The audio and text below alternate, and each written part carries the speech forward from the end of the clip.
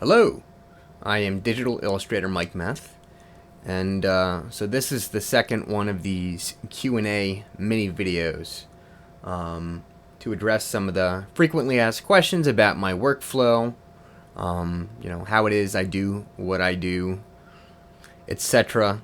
So I've been getting some questions about how I set up my portraits specifically. As far as what are the stages that I have, what are the different steps I take to get from the initial sketch to the finished product. And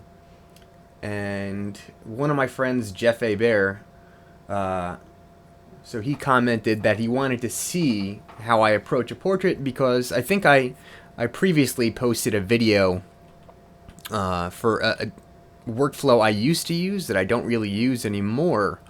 When I used to do portraits, I used to frequently use the Loomis method of construction. And what I mean by that is I used to draw, I used to construct the head with basic shapes. Let's pretend that that's a circle. So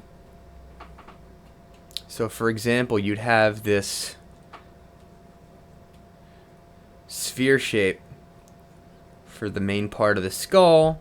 You would bisect that for the eye line, and then at the base of this circle, which is the side plane of the head, that's where the nose would go. And then so you got 1/3, 2/3, 3/3 for the base of the chin and the jaw.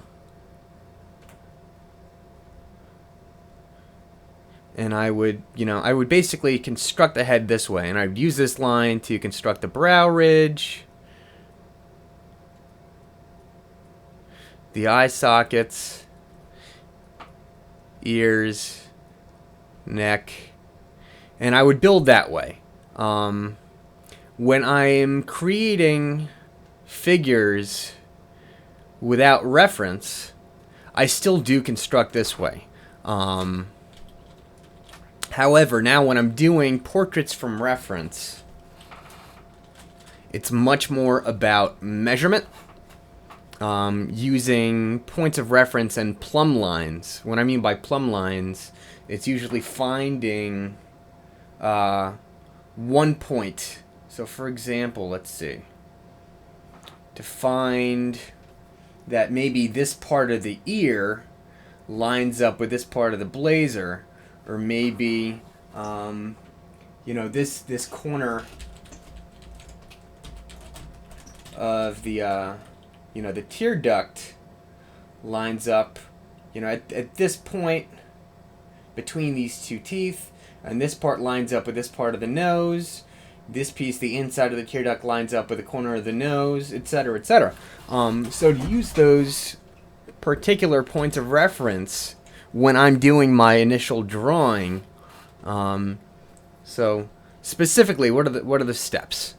So I start off with the underdrawing like this, and this is an older portrait. Now that I look at it, like any other artist, I'm obsessing over everything that's wrong with it.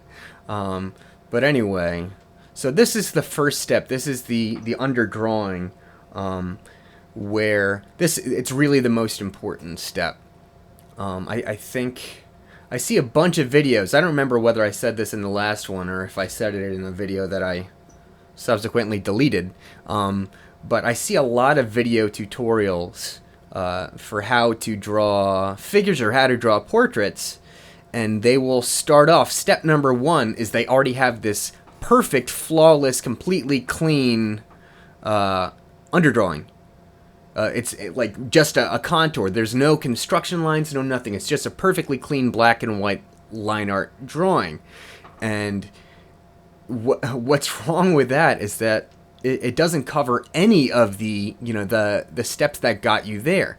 That the underdrawing, the initial measurements, that's the most important of constructing any portrait. Because it doesn't matter how good your rendering skills are, it doesn't matter how good your painting is. If the initial drawing is off, if the measurements are off, it's like, putting icing and making this amazing cake where the foundation is, completely wobbly, so the whole thing's going to topple. If the foundation and the measurements are off, if the drawing is off, it doesn't matter how good the painting looks. The whole thing it's not structurally sound. So this is the step that I take my most time on with the initial construction.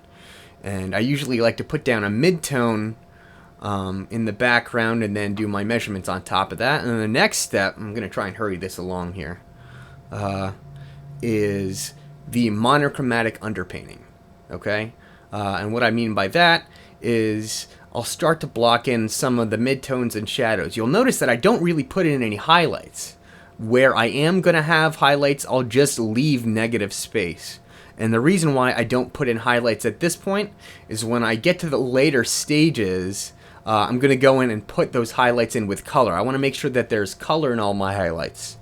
So I'll just leave a relatively uncomplicated monochromatic underpainting. The next step is I'll go in with a basic color overlay. It's kind of like a traditional glazing technique.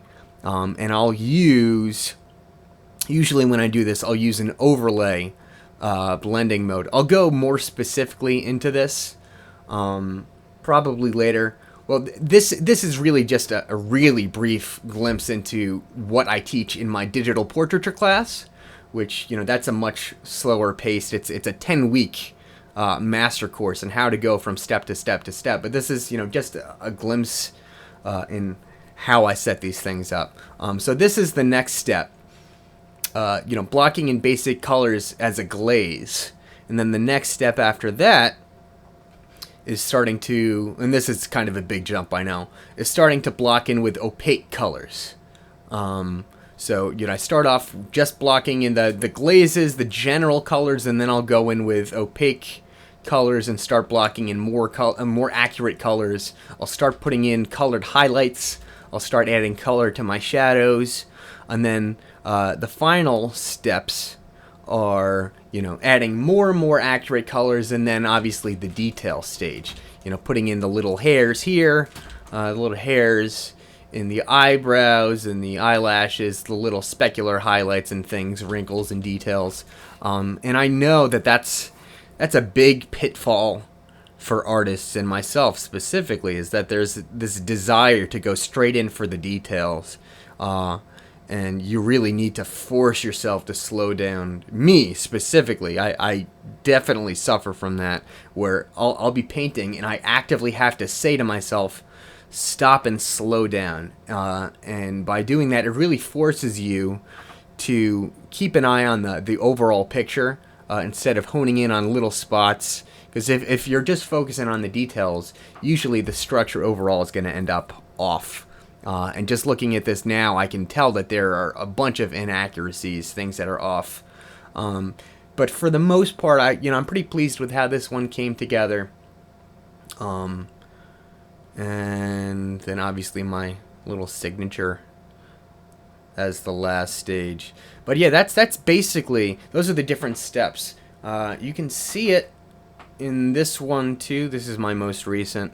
And again, I'm constantly trying to get better at my initial measurements and underdrawing. Here was the reference.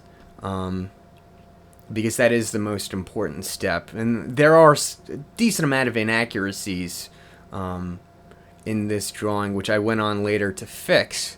So this is the underdrawing, the monochromatic underpainting, blocking in the basic colors. This is super simplistic. If I'm teaching, I might go a little more specific, a little more accurate at this stage.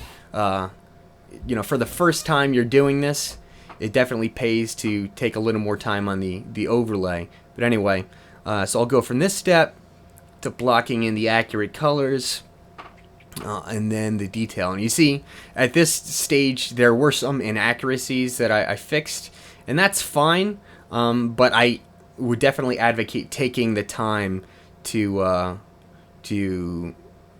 handle that in the underdrawing stage, just so you don't have to deal with it later. Another thing I did, as you can see, compared to the reference, is I wanted to make sure that I had a lot more color in it. It's great to have reference. It's great to be accurate with regards to the reference, but I I don't want to be a slave to the reference. I don't want to recreate perfectly the reference, because what's the point? So I like to maybe change the colors. The last one I did here, this one was pretty close to the actual reference. This one I took some more liberties with the reds. I added, a little more blues in the highlights here. And my brushwork, I really like to, now in my later pieces, to get a little sketchier with the brushwork. So even though it reads as realistic, when you get in close, you can see my hand in all of it. You can see the little details that I put in the highlights and the shadows, and just I think that it gives it a lot of charm to be able to see some of that brushwork in it. So that's basically how I get from start to finish. Yeah. So in the next couple of videos, I've got some more questions that I'm going to be answering. I hope that this was helpful. Like I said, for more specifics, for a much more robust experience, check out MikeMethEducation.com, where I offer 10-week classes. Specifically, I offer a 10-week digital portraiture class, where I give my students an opportunity to really put put these lectures, to put these principles into practice by working on your own underdrawing, your own monochromatic underpainting, the color, glaze, block-in, overlay stage, and then putting in opaque colors, and then the details. So it's really a great opportunity to try it yourself and work with me. But anyway, that's what I got for this one.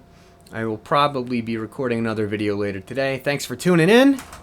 Thanks for asking questions. Keep asking questions, because I love to do these little teasers for you to give you a taste of what I offer with my classes. So thank you again, and I will see you next time.